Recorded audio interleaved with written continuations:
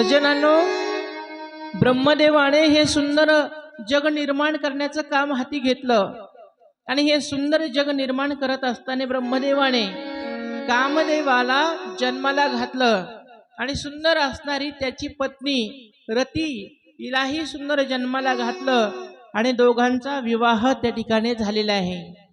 कामदेव रती यांचा ग्रस्ताश्रम उभा करून दिला आणि तदनंतर सुंदर असणार ब्रह्मदेवाने आपल्या स्वइच्छेनं स्वलीलेनं आणि पूर्ण तन्मयतेनं एक सुंदर कन्या निर्माण केली. तिचं नाव आहे सरस्वती.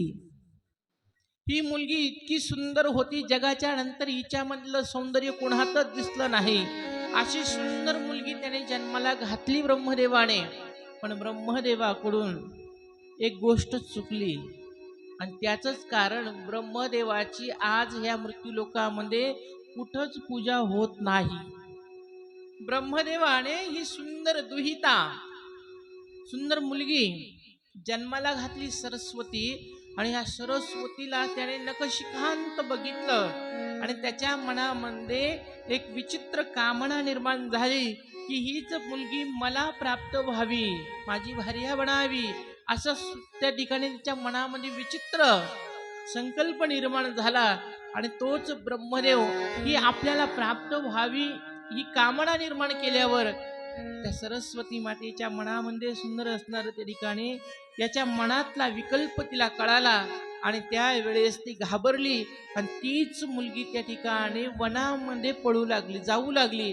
त्यावेळेस ब्रह्मदेवाने तिचा पाठलाग केला. तिने आपलं रूप बदललं, हरणीचं रूप घेतलं. त्यावेळेस ब्रह्मदेवाने कायटाचं रूप घेऊन तिच्या पाठीमागं फिरू लागला. कामातुराणाम भयम न लज्जाह असं शास्त्रामध्ये वर्णन केलं. प्रजा नातम नातम प्रसम भिकम स्वम दुहितरम, स्वतःची दुहिता असणारी ती मुलगी तिच्या मागं फिरू लागले. आणि त्याच वेळेस त्या मुलीने विचार केला का आता ह्या संकटातून वाचवणारे भगवान शंकराशिवाय आपलं कोणी नाही. आणि म्हणून त्या मुलीने भगवान शंकराला मनोमन धावा केला. श्री महादेव श्री महादेव श्री महादेव असा तीनदा आवाज भगवान शंकराला दिला. आणि तिसऱ्याच आवाजाच्या वेळेस भगवान शंकर त्या अरण्यामध्ये प्रगट झालेत आणि ब्रह्मदेवाने सुंदर असं पारध्याचं रूप घेतलं आणि एक बाण त्या काईटरूपी ब्रह्मदेवाला मारण्यासाठी सोडला. आणि जसा तो बाण जाऊन त्या काईटरूपी ब्रह्मदेवाला लागला त्याच वेळेस त्याच्यातून ब्रह्मदेव प्रगट झाले. आणि ब्रह्मदेवाकडे बघून भगवान शंकर हसले, म्हणाले, ब्रह्मदेवा, तुम्ही ह्या जगाचे आदिदेव ब्रह्मदेव विधाता, तुम्हाला शास्त्र म्हणतंय आणि तुम्हाला एवढं जगात मान दिला सृष्टी निर्माण करण्याचा आणि तुम्ही स्वतः ह्या मुलीला निर्माण केलं आणि त्याच मुलीची अभिलाषा तुम्ही धरलीत म्हणून तुमच्याकडून फार मोठं पाप झालेलं आहे. जगातलं सगळ्यात पवित्र नातं जर का कोणतं असेल तर ते नातं आहे बापाचं आणि मुलीचं. आणि ह्या नात्याला कलंक लावण्याचा प्रयत्न तुम्ही केला म्हणून मी आशुतोष भगवान शंकर आज तुम्हाला शाप देतो की ह्या मृत्यू लोकामध्ये इथून पुढं कुठंच तुमची पूजा होणार नाही, कोणी तुमची पूजा करणार नाही. हा माझा तुम्हाला शाप आहे. वेदार्थाचा गोवा कन्या अभिलाषी, वेदे नाही ऐसे सांगितले. वेदाने नाही सांगितलं, शास्त्राने नाही सांगितलं, अशा उलटे काम करायचे. म्हणून ब्रह्मदेवा या जगात तुमची कुठंच पूजा होणार नाही. एवढा मोठा ब्रह्मदेव पण तेव्हापासून ह्या ब्रह्मदेवाची कुठंच पूजा होत नाही. त्याचं कारण हे शिवपुराण मध्ये सांगितलं. एक वेळेस खोटं बोलले म्हणून एक मुखाला मुकावं लागलं आणि आज मुलीवर वाईट दृष्टी ठेवल्यामुळे आज त्यांना जगात पूजेचा मानस ठेवला नाही, अपूज्य करून टाकलं त्या ठिकाणी ब्रह्मदेवाला. म्हणून महादेव जितके भोळे आहेत ना तितकेच रागीर सुद्धा आहेत. त्यांना सगळ्यात जास्त आवडते नीतिमत्ता.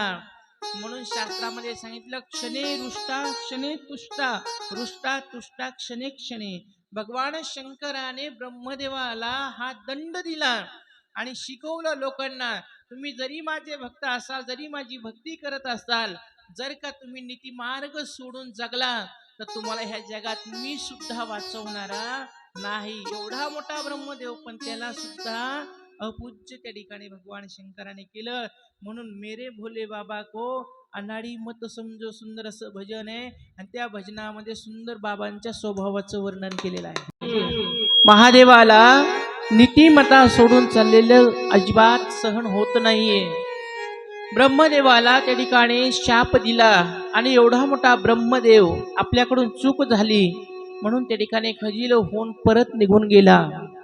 ही सुंदर कथा सांगितली. नंतर ब्रह्मदेवाचा मानस पुत्र आहे, त्याचं नाव आहे दक्ष महाराज.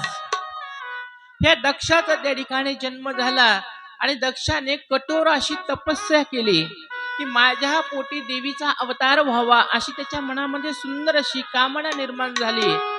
आणि सुंदर असणारी त्या ठिकाणी प्रसूतीच्या सोबत त्याचा विवाह झाला.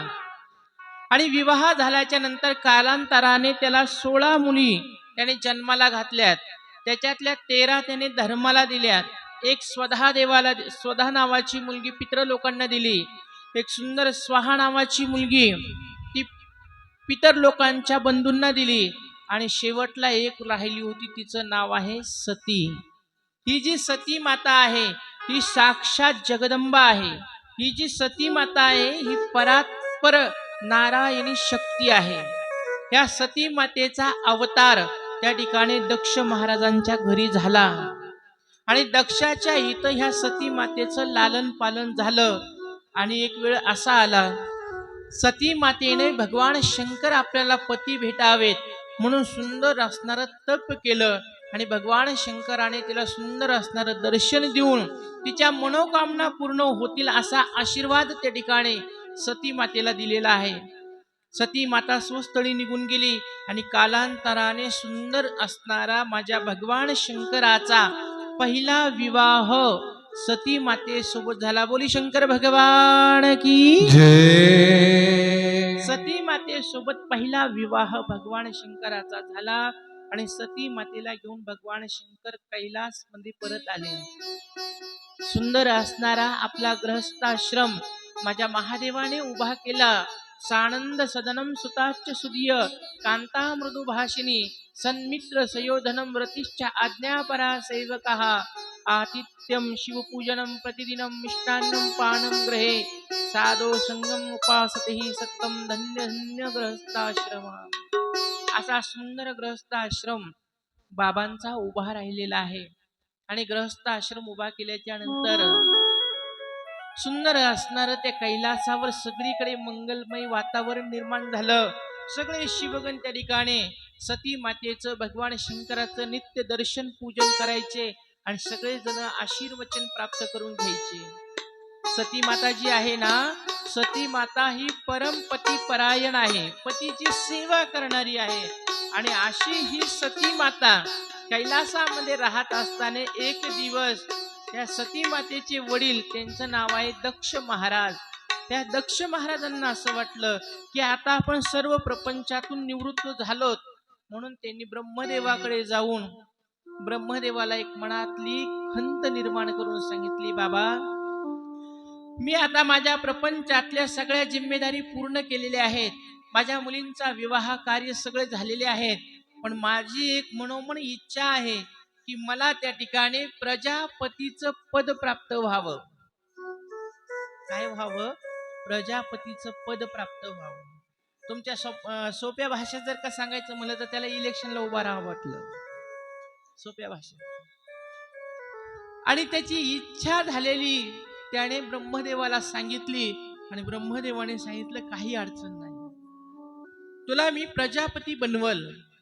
आणि ब्रह्मदेवाने समस्त देवगणाला बोलवून सुंदर असणारं प्रजापतीचं पद दक्षाला दिलं. दक्ष महाराज त्या ठिकाणी प्रजापती पदाची शपथविधी घेऊन सुंदर असं त्या पदावर आरूढ झालेत. पण आता निवडून आलेल्या माणसाचं एक नंतर कालांतराने महिन्या 15 दिवसांनी शपथविधी झाल्यावर आपापल्या क्षेत्रामध्ये ज्या क्षेत्रातून ती निवडून आले त्यांच्या सगळ्यांच्या भेटीगाठी होत असतात. त्यांचं थोडंसं अभिनंदन होत असतं. त्याच्यासाठी सगळे परिसरातले लोक बोलवले जातात. तसेच दक्ष महाराजांच्या अभिवादनासाठी समस्त देवलोकाला ब्रह्मलोकामध्ये बोलून घेतलं आणि ब्रह्मसभा भरलेली आहे. त्या ब्रह्मसभेमध्ये ब्रह्मा, विष्णू, महेश, सगळे शंकर आदी सगळे उपस्थित, इंद्रादी देवता, नाग, पन्नग, भूषण सगळे देव लोक उभे होते. आता दक्ष महाराजांच्या स्वागतासाठी ही सभा भरलेली होती. ज्याच्यासाठी सभा असते तो व्यक्ती सभेमध्ये कधी पण सगळ्यात शेवटला येत असतो. सगळ्यात शेवटला येत असतो. आणि ही सभा भरली. सगळे जण दरवाजाकडे लक्ष देऊन होते. आता दक्ष महाराज येतील, मग दक्ष महाराज येतील. सगळे जण वाट बघू लागले आणि सगळ्या शेवटला त्या ठिकाणी त्या सभेमध्ये दक्ष महाराजांचं आगमन झालं आणि सगळ्यांनी गर्जना केली, बोली दक्ष महाराज की जय. दक्ष महाराज त्या ठिकाणी सभेमध्ये आले. सगळ्यांनी उठून त्यांना बघितलं, नमस्कार केला आणि सगळे जण त्या ठिकाणी दक्ष महाराज की जय हो, दक्ष महाराज की जय हो, सगळे जण त्या ठिकाणी त्याच्या नामाचा गजर करू लागले. दक्षची छाती जास्त फुगली, बघा मी आज प्रजापतीचं पद प्राप्त केलं. तर सगळे लोक माझ्या नावाचा गजर करायला लागले, जय हो त्या ठिकाणी गर्जना करत आहेत. ते सगळं बघून तो अगदी आनंदी आनंदी होत होत त्या ठिकाणी आपल्या खुर्ची जवळ गेला आणि तिथं उभा राहून बघितलं कोण कोण मला बघून उभे राहिलेले. सगळ्यांकडे लक्ष गेलं आणि सुंदर असणाऱ्या आपल्या बाजूला 3 खुर्च्या होत्या, त्याच्यावर 3 देव बसलेले दिसले. सगळेजण उभे होते, सगळेजण हात जोडून उभे होते, पण 3 देव बसलेले दिसले. त्याच्यामध्ये पहिल्या खुर्चीवर ब्रह्मा, नंतर भगवान विष्णू, या दोघांना बघितलं, त्यांना काही वाटलं नाही. पण तिसऱ्या खुर्चीवर बसलेले भगवान शंकर दक्षाने बघितले आणि दक्षाच्या तळपायाची आग मस्तकाला गेली. दक्षाला मोठा राग आला. दक्ष म्हणला, हा माझा जावई आहे, समस्त जगामध्ये आज माझा गजर होतोय, सगळेजण मला नमस्कार करतात आणि जावई हा मुलाप्रमाणे असतो. आज ह्या भर सभेमध्ये माझा जावई इथं बसलेला आहे, तो पण सगळ्यात लहान आहे, पण मला नमस्कार करत नाहीये. ही मनामध्ये त्याच्या सूक्ष्म अहंकाराची भावना निर्माण झाली आणि त्यावेळेस दक्ष बोलायला लागला. पद आलं की माणसाला मद येत असतो, मद नाम अहंकार, सूक्ष्म अहंकार त्याचा जागा झाला आणि तोच दक्ष आज बोलायला लागला. श्रूयतां मे ब्रह्मचर्यो सहदेवा सहाग्रय नानानाम च ब्रवतो न मे मत्सरा. देवलोकांनो माझ्या वाणीला ऐका, मी रागात बोलत नाही, मी मत्सरात बोलत नाही, पण आज तुम्हाला सांगतो, इथं बसलेला जो शंकर आहे ना, प्रेता वासेसु घोरेसु, भूत प्रेता संग राहतो, स्मशान भूमीमध्ये निवास करतो. स्मशाने श्वास क्रीडा स्मरहर पिशाच्या सहचरा, चिता भस्म लेप स्त्रगपी नरकरोटी परीकर, अमंगल्यम शीलम भवतु नामेव अखिलम. असा हा राहणारा मुंडक्याच्या माळा काय गळ्यात घालतो, सर्प काय गळ्यामध्ये घालून फिरतो, भस्म काय अंगाला लावतो, स्मशानभूमीमध्ये राहतो, भूत प्रेत यांच्या सोबत राहतात. यांना काय कळणार सभेतला शिष्टाचार काय असतो. म्हणून देवलोकांनो, मी आज तुम्हा सर्वांना साक्षी धरून आज एक घोषणा करत आहे, इथून पुढे पूजेमध्ये कधीच शंकराला पूजेचा मान द्यायचा नाही, ही माझी वाणी आहे. हा आवाज ज्या वेळेस भगवान शंकराच्या कानावर गेला, पण माझे महादेव काही बोलले नाही. मान अपमानाच्या परितीत असणारा स्वभाव माझ्या महादेवाचा आहे. महादेव म्हणजे ज्ञानांचे ज्ञानी गुरु आहे. महादेव म्हणजे स्थित प्रज्ञ भाव आहे. महादेव म्हणजे गुरुस्थानी बसलेली एक महान देवता आहे. त्यांना हे शिल्लक गोष्टीचा काहीच वाटत नाही. महादेवांना कोणत्याच गोष्टीचं काहीच वाटलं नाही. एवढ्या लोकात माझ्या सासऱ्याने माझा अपमान केला, याचा तीळ मात्रही महादेवाला दुःख झालं नाही. पण तिथं पाठीमागे उभे होते नंदी महाराज. नंदी महाराजांनी हे शब्द ऐकले आणि नंदी महाराजाला ते सहन झाले नाही. नंदी महाराजाने सांगितलं, दक्ष महाराज, हरिहर निंदा सुनही जो काना, हो ही पाप गौ घात समाना. हरी आणि हराची जो निंदा ऐकतो त्याला गौ हत्येचं पाप लागतं. आणि तुम्ही हा भरसभेमध्ये माझ्या प्रभूची निंदा केली, निर्भसना केली, मला ते सहन होणार नाही. म्हणून मी भगवान शंकराचा भक्त नंदिकेश्वर आज तुम्हाला शाप देतो. ज्या तोंडाने तुम्ही महादेवाची निंदा केली ते मुख तुम्हाला राहणार नाही, तुम्हाला अजापुत्राचं डोकं बसल, हा माझा तुम्हाला शाप. तिथे ब्राह्मण लोक उभे होते. ब्राह्मण लोक म्हणले, सासरे जावायचे चांगलेच भांडण लागलेले दिसतात. सगळे लोक बघायला लागले. ब्राह्मणाने स्मित हास्य केलं. ब्राह्मण हसले. म्हणून ब्राह्मणांना सुद्धा नंदी महाराजाने शाप दिला, तुम्ही माझ्या प्रभूच्या पूजेवर, अभिषेकावर पूजा पाठ करून तुम्ही उपजीविका साधना करतात आणि त्या माझ्या प्रभूचा अपमान झाल्यावर, त्या माझ्या प्रभूची निंदा झाल्यावर तुम्हाला आनंद निर्माण झाला. म्हणून ब्राह्मणांनो, मीही तुम्हाला शाप देतो की तुम्ही इथून पुढे विद्या तप करण्यामध्ये अग्रेसर असाल, तुम्ही फार विद्वान असाल, तुम्ही तपाचा अवतार भूमीवरला असताल, पण तुमच्या मनामध्ये कितीही तुम्ही तप केलं, कितीही ज्ञानार्जन केलं, तर तुम्ही समाधानी राहणार नाही, हा माझा तुम्हाला शाप. ब्रह्मवृंदांना सुद्धा त्या ठिकाणी शाप देऊन टाकला. महादेवाने विचार केला, या सभेमध्ये ज्याच्यामुळे इथं वाद सुरू झाला तो बिचारा काहीच बोलत नाही. महादेव काहीच बोलले नाही. महादेव इथं, महादेवाने विचार केला, आपण जर का अधिक काळ इथं बसून राहिलो ना, आता नंदी तापलेला आहे आणि नंदीच्या जर का चांगलं ध्यानात आलं ना, तर इथं धिंगाणा घातल्याशिवाय राहणार नाही. यांच्यामध्ये युद्ध होण्याची तयारी झालेली आहे. यांच्या डोळ्यात एकमेकाबद्दल रक्त उतरलेलं आहे. हे इथं युद्ध सुद्धा करू शकतात. म्हणून आपण इथून निघून गेलेलं बरं आहे. आणि माझ्या महादेवाने काही एक विचार न करता, ना कोणाला बोलता, उठले आणि आपला त्रिशूल घेऊन तसेच त्या सभेचा त्याग करून घरी निघून आले. पाठीमागे असणारे सगळे शिवगण निघून आले. महादेव घरी आले आणि घरी आल्यावर सती मातेनं महादेवांचं सुंदर असं पूजन केलं, बसायला आसन दिलं. महादेव आसनावर बसले, सती माता समोर बसलेली आहे आणि सती माता विचारते, प्रभू, तुम्ही आज माझ्या वडिलाच्या भेटीसाठी गेले होतात, सत्कार समारंभासाठी गेला होतात. तिथं माझ्या वडिलांचा सत्कार समारंभ तुम्ही बघितला असेल. तुम्ही माझ्या वडिलाचं गोड कौतुक बघून आलेला आहात. माझे वडील तुम्हाला भेटले असतील. माझ्या वडिलांनी काय निरोप दिला, कसं बोलणं झालं, कसं सत्कार झाला, कसा कार्यक्रम पार पडला. महादेवाने घडलेली एकही घटना इथं घरी सांगितली नाही. आजचा जर का शंकर असता, आजचा महादेव असता, तर घरी आल्यावर काय केलं असतं बरं? आता तुम्हाला सगळ्याला अनुभव आहे तुमच्या तुमच्या महादेवाचा.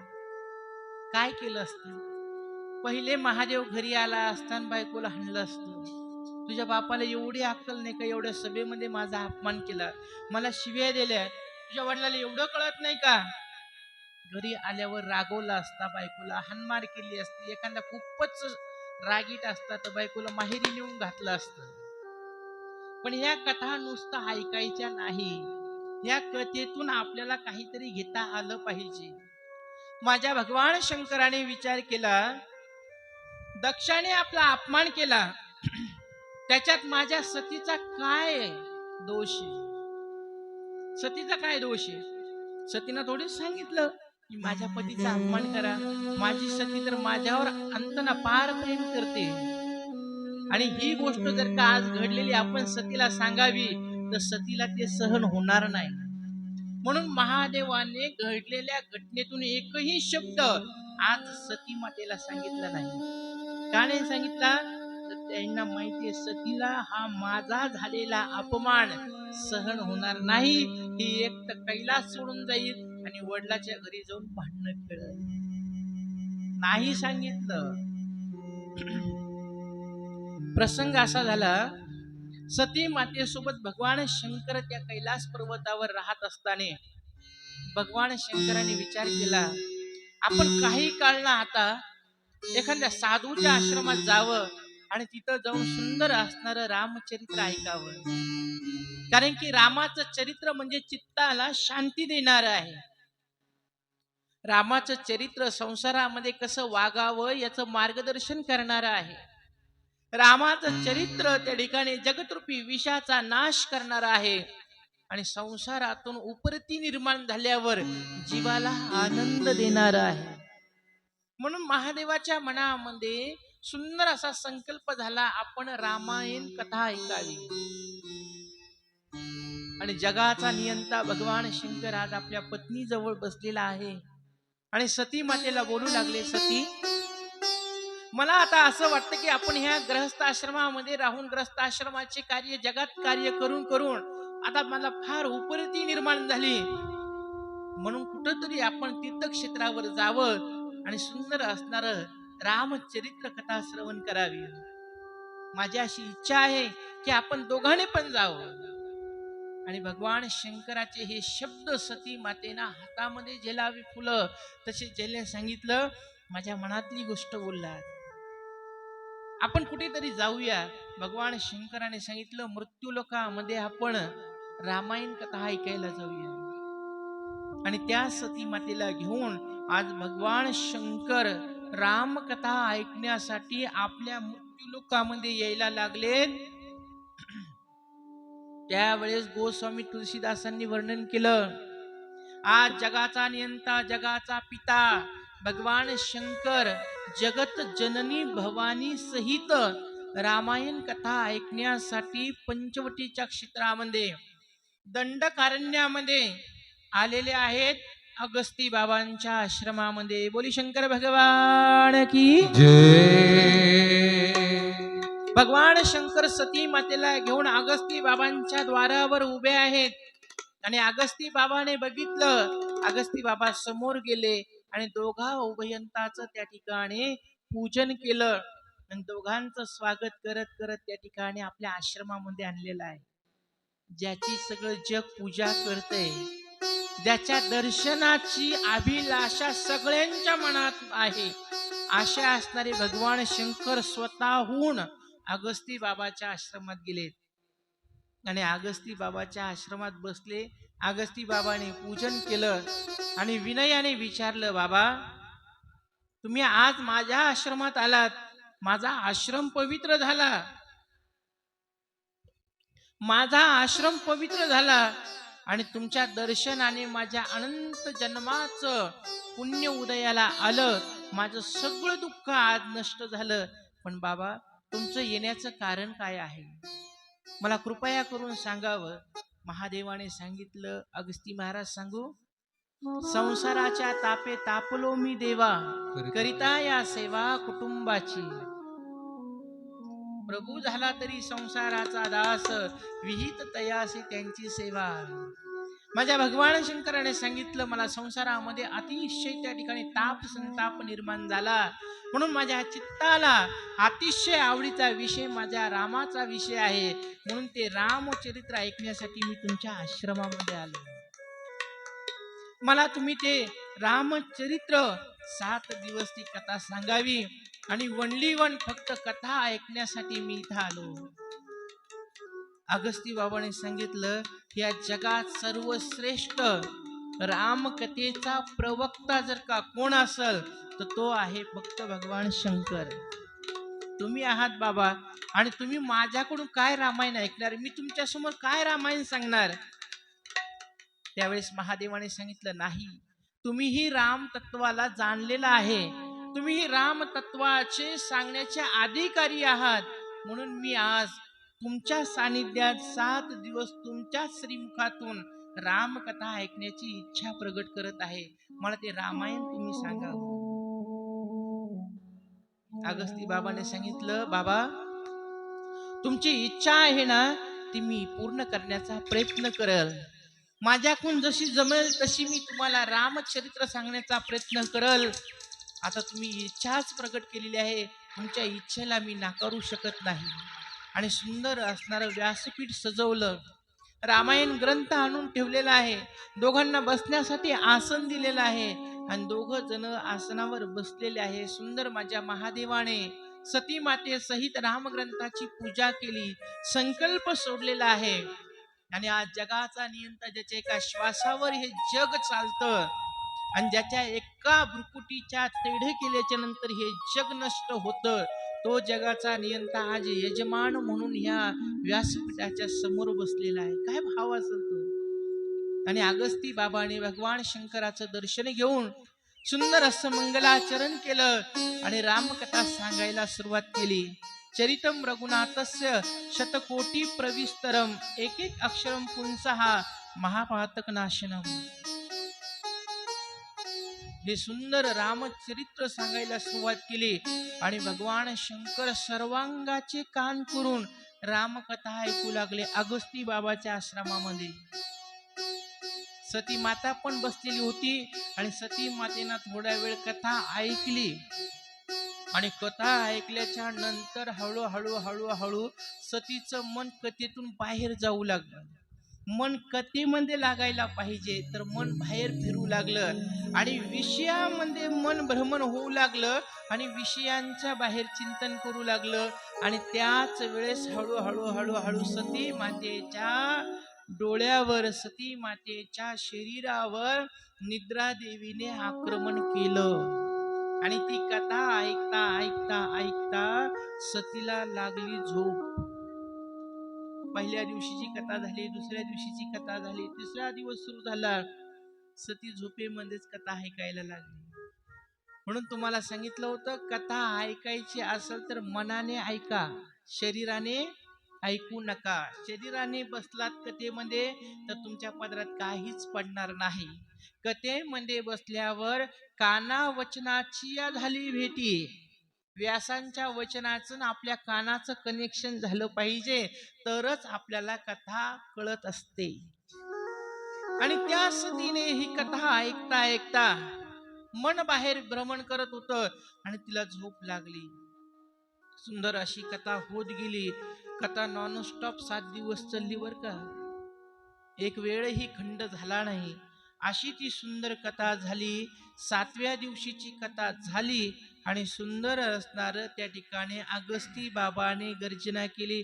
बोली सियावर रामचंद्र भगवान की जय. सती माता झोपेतून उठली. सती माता म्हणली काय झालं? भगवान शंकर म्हणले रामायण संपलं.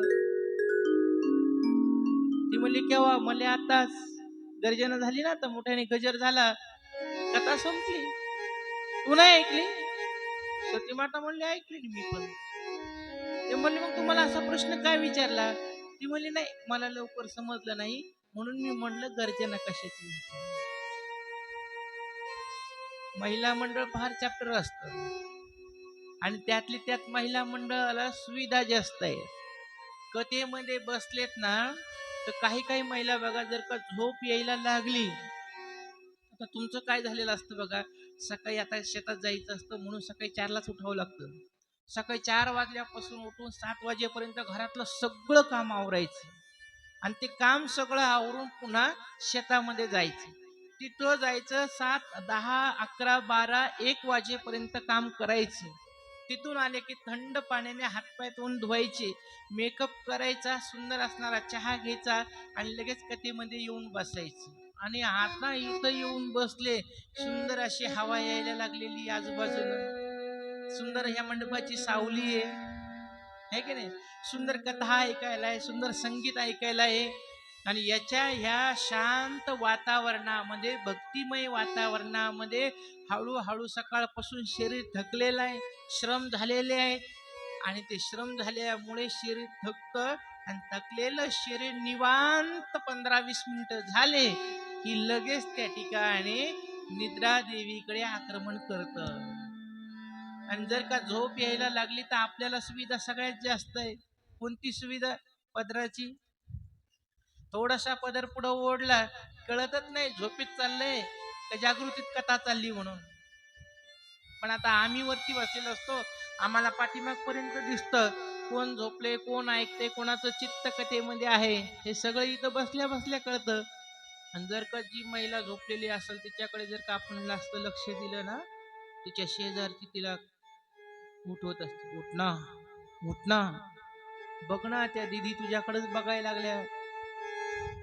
त्यावेळेस त्या खुंबेने हाणून हाणून तिला जाग करतील, ती जाग होतील, माग पदर करतील, म्हणते नाही मी झोपेत ऐकत होते, जागृतीत ऐकत नव्हते, जागृतीत ऐकत होते, मी डोळे बंद करून ऐकत होते. झोपेत ऐकलेलं माणूस सांगत नाही, झोप लागली तरी पण आपण कथेमध्ये खरं बोलत नाही, खोटं बोलतो.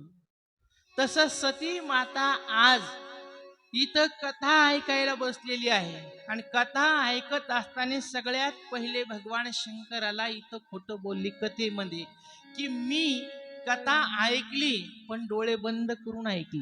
हे पहिलं खोटं, पहिली चुकी सती मातेची झाली. दुसरी गोष्ट, सती मातेच्या मनात विचार आला की भगवान शंकराने इथं मला आणून बसवलं 7 दिवस, बाबाच्या आश्रमात ना सुख सुविधा आहे ना खाण्यापिण्याची व्यवस्था आहे, त्या साधूचा अवमान त्या ठिकाणी सती मातेना केला.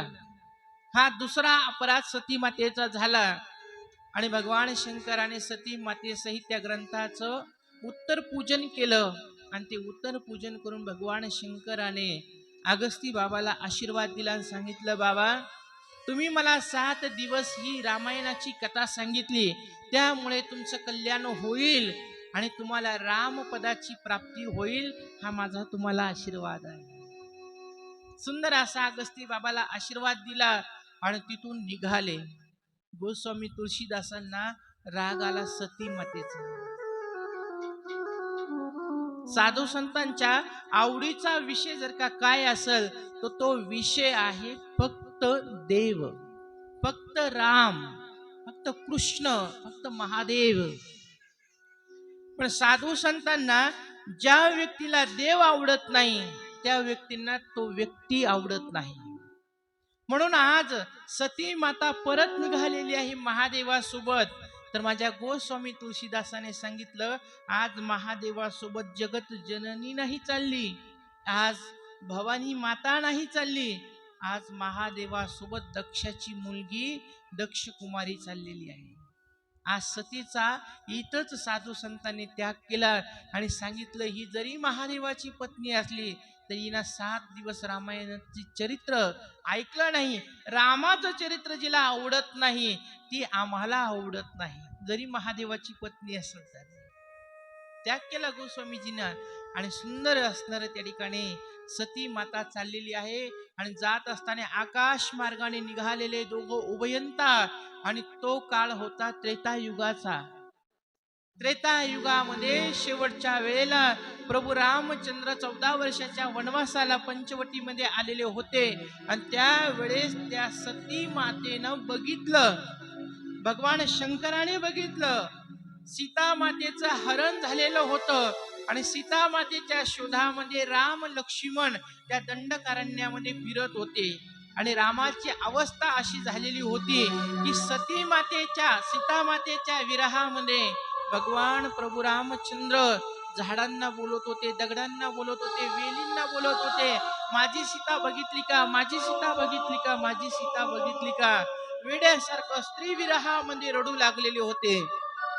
आणि वरती आकाश मार्गाने जाताना महादेवाने रामचंद्र प्रभूला बघितलं आणि मोठ्याने गर्जना केली, बोल सच्चिदानंद भगवान की जय, सच्चिदानंद भगवान की जय म्हटल्याच्या नंतर सती मातेचं मन घाबरलं. सती माता म्हणली, आता आपण आकाश मार्गाने चाललो, इथं कोण सच्चिदानंद भगवान दिसला. महादेवाने सांगितलं, खाली बघ दंडकारण्यामध्ये माझा राघव कशी लीला करायला लागलाय. ज्यांचं रामायण आपण ऐकून आलो ना, मनातून जर का आपण कथा ऐकली ना तर ह्या कथेचं फळ 8व्या दिवशी त्या भगवंताचं दर्शन झालं पाहिजे. काय झालं पाहिजे, त्या भगवंताचं दर्शन झालं पाहिजे. आणि आज 7 दिवस त्या ठिकाणी प्रभू रामचंद्राचं चरित्र महादेवाने ऐकलं आणि म्हणून 8व्या दिवशी त्यांना रामाचं दर्शन झालं. बघ म्हणले, माझा राघव कशी लीला करायला लागला, कसा स्त्रीसाठी रडतोय, माझी माता सीतेचं हरण झालेलं आहे. सती, ही लीला आहे बर का, हे काही खरं रडणं नाहीये. तू ऐकलं ना रामायणामध्ये, ज्या वेळेस सीता मातेला दुसऱ्या दिवशी रावण घेऊन जाणार होता, त्या दिवशी खरी सीता आदल्या दिवशी अग्नीच्या स्वाधीन केलेली होती. तुम पावकहू करहू निवासा, तू अग्नीमध्ये राहा असं रामाने सांगितलं. खरी सीता अग्नीच्या स्वाधीन केलेली होती आणि सीतेची फक्त छाया, फक्त सावली रावणाने नेली होती. अशी सीता माता, तिचा हरण झालंय. पण माझा राघव आज जो विलाप करतोय, जो रडतोय ना, हे कशासाठी? तर मानवाला दाखवायचंय आपल्या पत्नीवर आपलं किती प्रेम असावं. पत्नीचं हरण झाल्याच्या नंतर पत्नीच्या प्रेमामध्ये इतके वेडे झाले की वृक्षांना बोलतात, दगडांना बोलतात, वेलींना बोलतात. हे प्रेम लोकांना दाखवण्यासाठी माझा राघव ही लीला करतो. सती मातेनं एवढं सांगितल्यावर डोक्याला हात लावला आणि सती माता म्हणली, मी बायकांकडून ऐकत होते, मी भक्त लोकांकडून ऐकत होते, महादेव भोळेत भोळेत भोळेत म्हणून, पण एवढे भोळेत म्हणून मला माहिती नव्हतं. अहो, ज्याला तुम्ही देव म्हणतात, ज्याला तुम्ही सच्चिदानंद परब्रह्म म्हणतात, तो आज पत्नीसाठी रडतोय आणि त्याला तुम्ही देव म्हणून दर्शन घेताय, हे माझ्या मनाला पटत नाहीये. मी यांना देव मानत नाही. मी यांची परीक्षा घेईल आणि माझ्या परीक्षामध्ये जर का हे खरे उतरले तरच मी यांना देव मानन. महादेवाने सांगितलं, तुला जशी परीक्षा घेता येईल तशी घे, पण माझ्या राघवाचं चरित्र तुला कळणारच नाही. सती माता म्हणली, तुम्ही 5 मिनिटं इथं थांबा, मी खाली जाऊन त्या राघवाची परीक्षा घेणार, खरंच देव आहे का मानव आहे. आणि सती माता आकाश मार्गातून त्या दंडकारण्यामध्ये आली आणि रामप्रभूच्या रस्त्याने हे सीते हे सीते हे सीते करत रडत निघालेले होते. ती सती माता त्याच रस्त्यावर पुढे जाऊन उभी राहिली. मनातल्या मनात विचार केला, आता राघव कशासाठी वेडे झाले? पत्नीसाठी, सीतेसाठी. आपण जर का सीतेचं रूप घेतलं आणि जर का यांनी आपल्याला येऊन हातात हात धरला तर समजायचं हा मनुष्य आहे, आणि यांनी जर का आपल्याला सीतेच्या रूपात असताना जरी ओळखलं तर मग समजायचं हा परब्रह्म आहे. आणि त्या सती मातेनं राघवाच्या रस्त्यामध्ये पुढे जाऊन सीतेचं रूप घेतलं आणि पाठ मोरी उभा राहिली, रामाकडे पाठ केली आणि पुढे तोंड करून उभा राहिली. त्यावेळेस लक्ष्मणाने बघितलं. लक्ष्मणाला कळालं नाही, लक्ष्मण जीव आहे, त्याला कळालं नाही. लक्ष्मण म्हणाला रामाला, अरे दादा बघ, आपली वहिनी समोर उभी आहे, ज्या वहिनीसाठी आपण रडत होतो, इकडे तिकडे फिरत होतो, ती वहिनी तिथं उभी आहे झाडाच्या समोर. रामाने सांगितलं, तुला वहिनी दाखवायची का? तुला दाखवतो कोण आहे. लक्ष्मणाला घेऊन राघव त्या सती मातेसमोर आले आणि त्या सती मातेला ओळखलं आणि सती मातेला बघून सांगितलं, हे माई, तू इकडं कुठं फिरतेस? माझा पिता वृषकेतू कुठे आहे?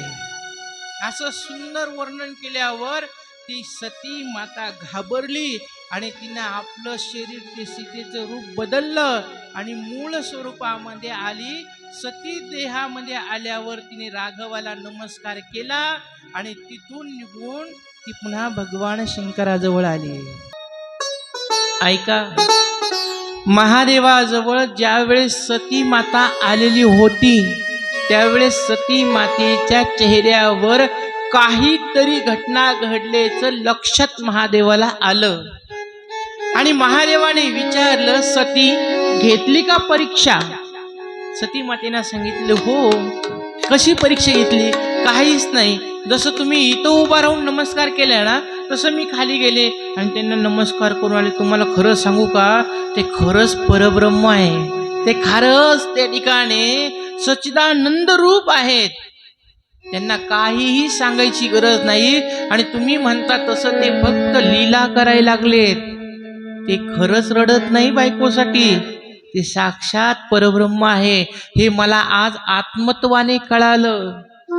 महादेवाने तिच्या चेहऱ्याकडे बघितलं आणि विचार केला, सती काहीतरी आपल्यापासून लपवते, सती काहीतरी आपल्याला खोटं बोलायला लागली.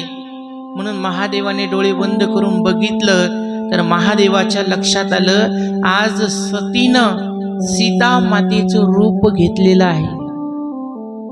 कोणाचं रूप घेतलं? सीता मातेचं. आणि सीता माझी माता आहे, राम माझे पिता आहे, आणि माझी पत्नी तिने माझ्या आईचं रूप एक क्षण का होईना घेतलं, म्हणून आता मी सतीचा पत्नी म्हणून स्वीकार करणार नाही. आणि मनातल्या मनामध्ये भगवान शंकराने प्रतिज्ञा केली की मी आज सतीचा पत्नी म्हणून त्याग करत आहे. काय करत आहे? त्याग करत आहे. हा मनामध्ये महादेवाचा संकल्प झाला आणि त्यावेळेस आकाशवाणी झाली, साधुवा साधुवा साधुवा. आकाश गर्जना झाल्याच्या नंतर सती मातेना विचारलं, म्हणली हा साधुवादाची आकाशवाणी कशासाठी झाली? महादेवाने काही एक शब्द सती मातेला सांगितला नाही, मौन धरलं आणि कैलासाच्या दिशेने निघाले. सती माता माग माग माग माग त्या ठिकाणी भगवान शंकराच्या सोबत आली आणि घरी आल्यावर सुंदर असणार राहत असताना दुसऱ्या दिवशी नित्य कैलासामध्ये रामचरित्राची कथा होते कैलास पर्वतावर, आणि ते रामायण स्वतः महादेव सांगतात आणि सती माता रोज महादेवाच्या समोर बसून रामायण ऐकायची. त्या सतीकून झालेली चूक आज तिला लक्षात आली.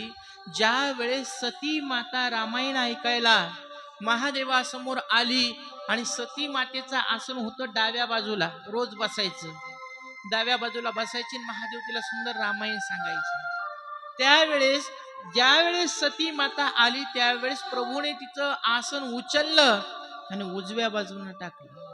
कोणत्या बाजूला टाकलं? उजव्या बाजूला. आणि पुरुषाच्या उजव्या बाजूला कोण बसत असतं तर त्याचं वर्णन केलेलं आहे देवी भागवतामध्ये, शिवपुराणामध्ये नाही सांगितलं.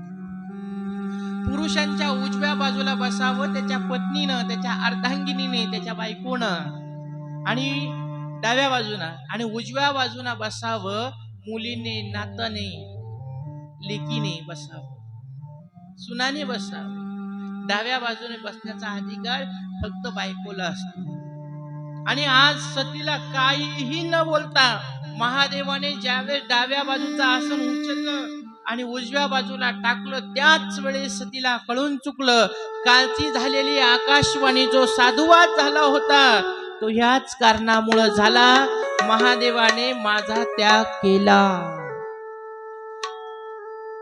तुम्हाला एक सांगू, घरामध्ये जास्त कोण्या ग्रंथाची गरज असेल तर ती आहे फक्त रामचरित्र मानसाची, रामायण ग्रंथाची. रामायण हे सप्त्यामध्ये असण्यापेक्षा रामायण हे घरामध्ये असावं, की घरामध्ये मुलाने बापाशी कसं वागावं, सासूनी सुनेशी कसं वागावं, जावे ना जावे सोबत कसं वागावं, परिवाराने एकत्र कसं राहावं आणि कसं आनंदी जीवन जगावं, हे रामायण शिकवत असतं. म्हणून घरामध्ये रामायणाची गरज आहे. तुम्ही हरिपाठ रोज एकत्र बसून घेताना तसं रोज अर्धा तास घरामध्ये रामायणाचा सत्संग झाला पाहिजे. रोज 15 मिनिटं आपल्या नातवांना घेऊन बसा आणि त्यांना म्हणावं की आम्हाला थोडस 10 मिनिटं रामायण वाचून दाखव. त्याने काय परिणाम होईल, घरामध्ये संस्कार पेरल्या जातील आणि उद्याचं येणारं भविष्य, आपलं जीवन सुखाने जाईल. म्हणून रामायणाची गरज जास्त घरामध्ये आहे. सती मातेने विचार केला, आज आपला त्याग भगवान शंकराने केलेला आहे आणि एक स्त्री सासरी सगळ्यांचा त्रास सहन करू शकते, पण पतीने केलेला त्रास कधी सहन करू शकत नाही, पतीने केलेला त्याग कधी सहन करू शकत नाही. आणि सती मातेच्या मनामध्ये मोठं दुःख निर्माण झालं की आपल्या एका चुकीमुळं आज आपल्या पतीने आपला त्याग केला. भक्त कोणाला म्हणावं तर महादेवाच्या जीवनातून शिकावं. कोण वैष्णव आहे खरा तर वैष्णव सांगितले फक्त महादेव आहे.